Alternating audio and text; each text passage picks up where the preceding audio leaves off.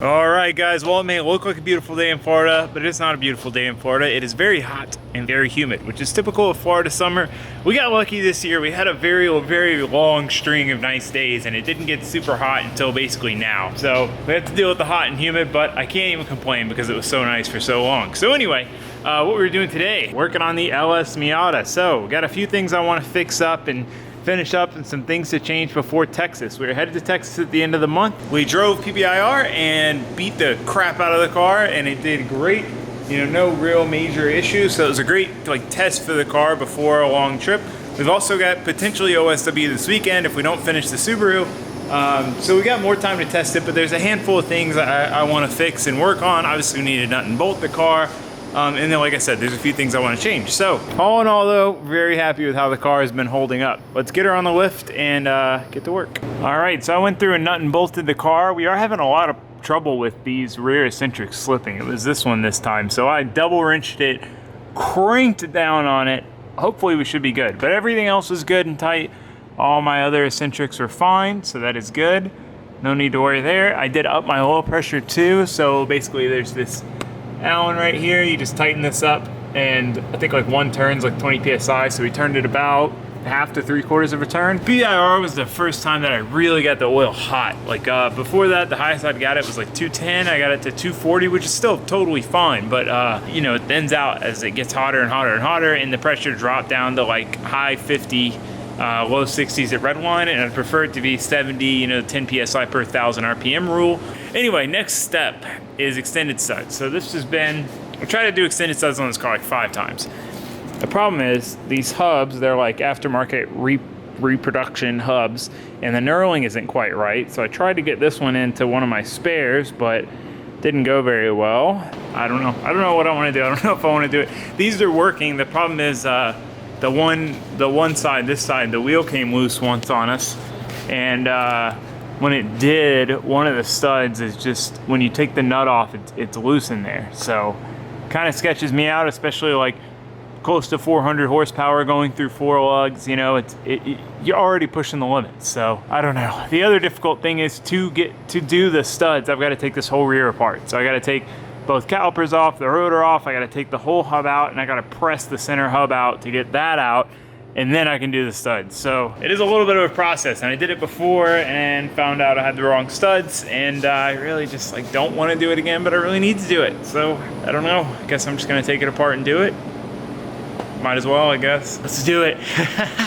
Time for a fun time lapse. So first step, obviously pull the wheel off, and then we need to get the calipers off, which is actually pretty easy. Pull the rotor off.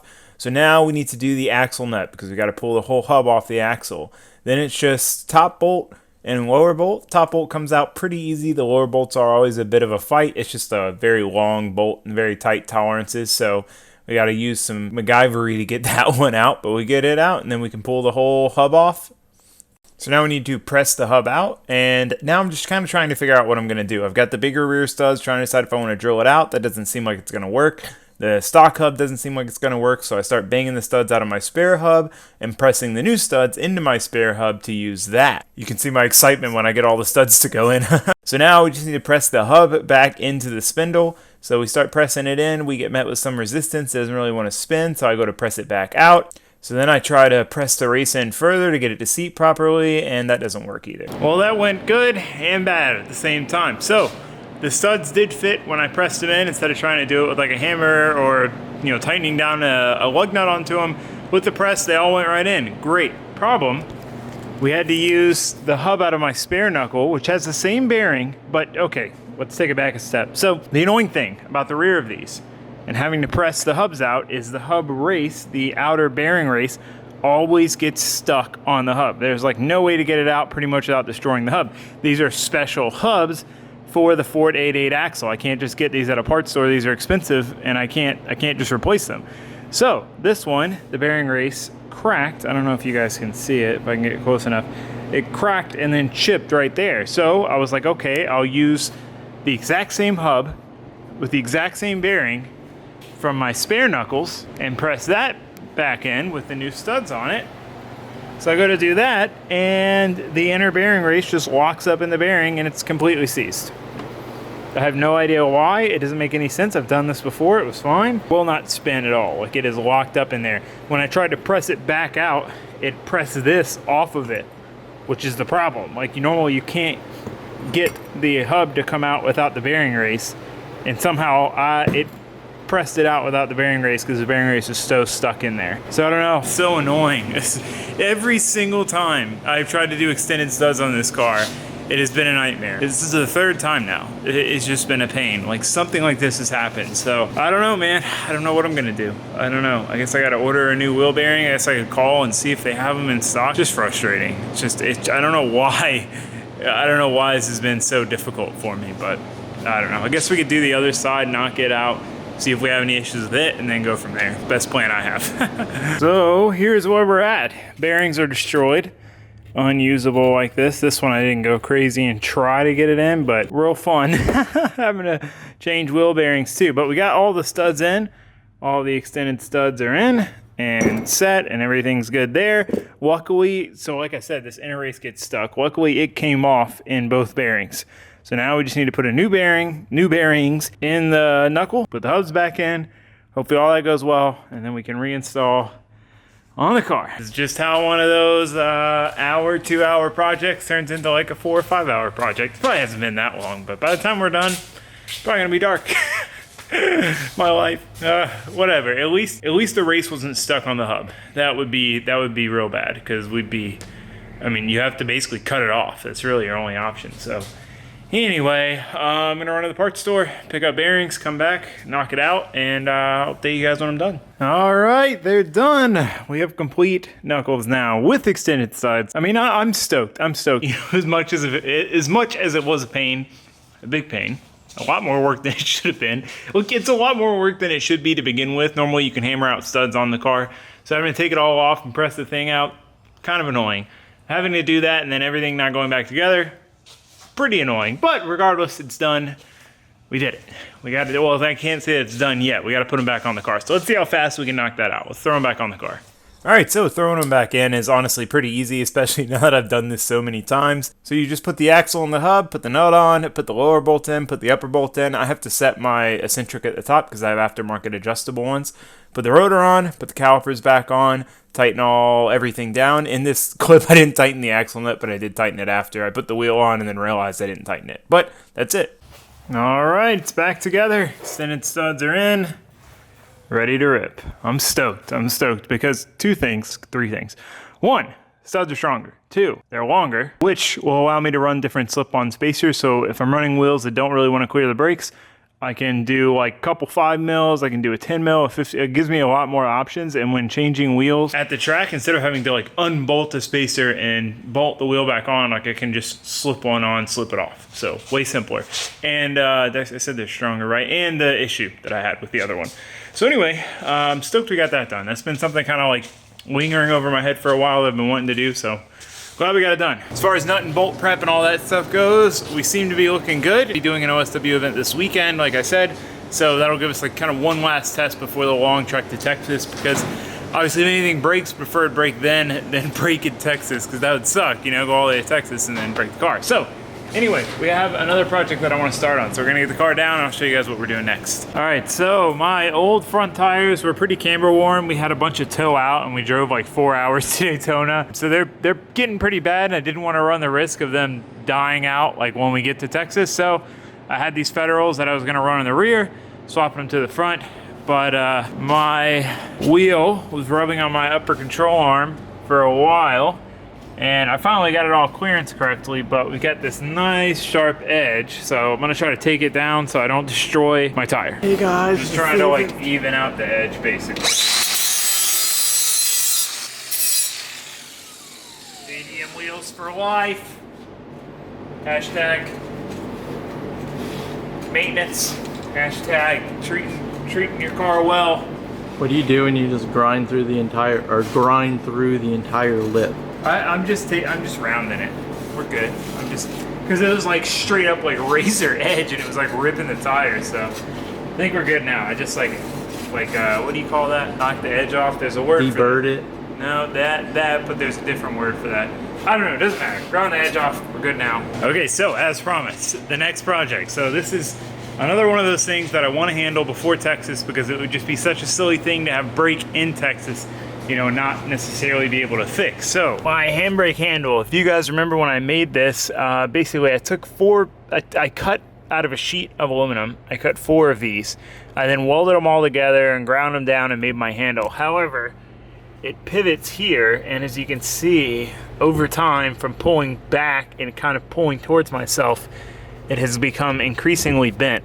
The bottom stuff seems to be solid, the little brackets down here. This is the updated rod we made like the night of the drift event because it broke the first day. That's been solid. I mean, everything else is solid, it works great. It's just, it seems to be getting more and more bent, and I want to at least build another one. So if it does break, I have a spare, but ideally, you know, put it on. But it's not something that would be easy to fix there. And we do plan on competing in Pro-Am. So, you know, I would hate to break my handbrake right before Pro-Am and then not have a handbrake for Pro-Am. It would just be such a silly thing. So we're gonna run to the store, try to find some good material. I'm thinking like a rod, like the rod that goes back but up, and then maybe like I'll draw and 3D print a handle for it or something. It's my tentative plan. So let's go see what we can find first. Oh.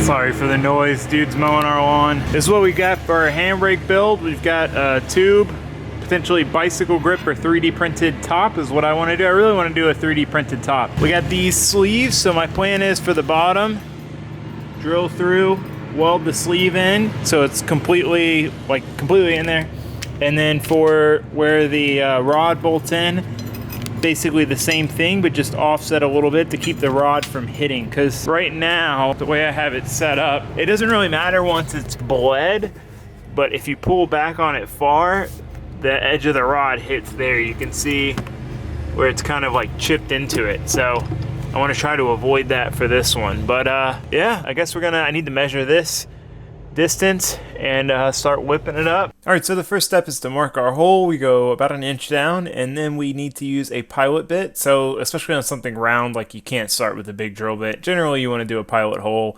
through steel anyway. So we switched to our 1/2 inch bit. It would have been nice to have one of these bits in 5/8. It would have made this whole process a lot easier. But we have to drill through it first with our 1/2 inch proper drill bit, and then we're going to switch to a stepper bit, which is how we're going to get the hole up to the right size. So we switch to the stepper bit, drill it out, and just keep going until we can get the dowel to slide in comfortably, and then we are done with that hole. So then we move on to the next hole, which basically just the same process. Pilot, regular 1/2 inch drill bit, and then stepper bit, and then we test fit. So we need to trim our top dowel down a little bit, so we cut that, and then we clean everything up and get it ready for welding. Yeah, the holes are a little awkward because it's basically like bigger top to bottom than side to side because of the way the stepper bit is.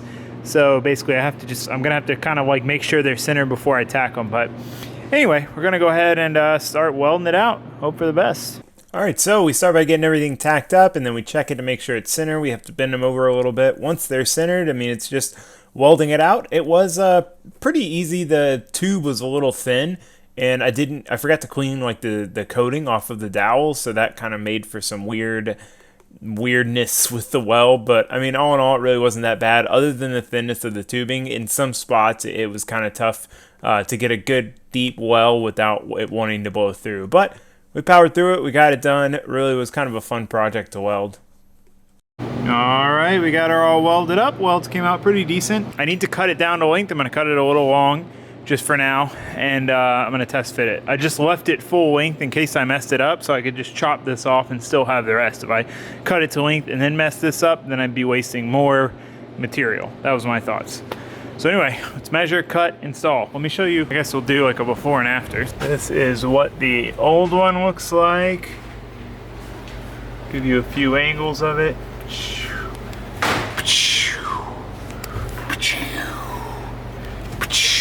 All right, let's try the new one. All right, we got it on. Like I said, I left it a little tall. I'm probably gonna trim it down some. I do need to paint both the rod going back and the new handle itself, but fits pretty good. The only difficult thing about doing this way there's no good way to mount this heim joint in the center. So when you pull back, the bottom kind of wants to rotate to the left, and it just kind of like wants to bind up in these tabs. I did these nylon washers on the aluminum handle, but this one fits a little too tight for that.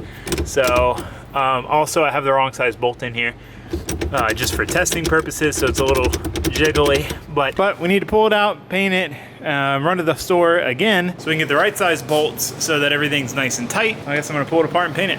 We got a couple coats on the handbrake and rod, so while we're waiting on these to dry, we're going to go make like a knob basically. So instead of having just the bare handle, instead of doing something like a grip or whatever, we're going to 3D print one. I need to order some wood PLA. I want to do it out of wood PLA, which would be exciting, super cool. You can stain it, like it's dope.